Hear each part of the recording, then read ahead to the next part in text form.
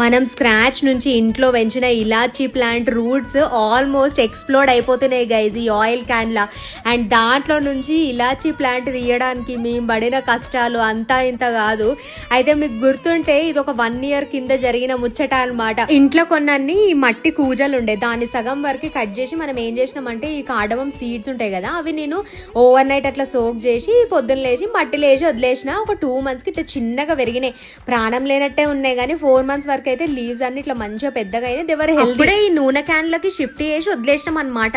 వదిలేసి మొన్న అసలు చూద్దాం దీని సంగతి ఏందని చెప్పి చూసే వరకు మొత్తం పెరిగిపోయినాయి. అందులో క్యాన్ ఏమో చిన్నగా, ప్లాంట్ ఏమో చాలా పెద్దగా అయిపోయినాయి. అండ్ ఈ cardamom plant mainly guys leaf చాలా మంచి స్మెల్ వస్తుంది అనమాట. ఇలాచీ కన్నా కూడా ఎక్కువ ఫ్లేవర్ఫుల్ స్మెల్ ఉంటుంది దీనికి. పక్క నుంచి పోతుంటే కూడా ఈ కెన్ స్మెల్ ఇట్.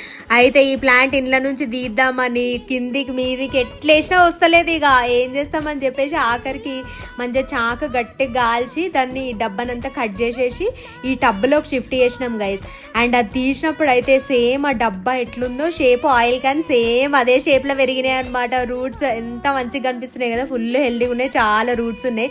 అయితే ఇది యాజ్ ఇట్ ఈస్ తీసేసి మేము కొంచెం మట్టి ఫిల్ చేసిన టబ్లో పెట్టేసినాం అనమాట. దీన్ని సపరేట్ చేయడానికి కూడా ఛాన్స్ లేదు, ఎందుకంటే they are too hard and binded together very much అనమాట.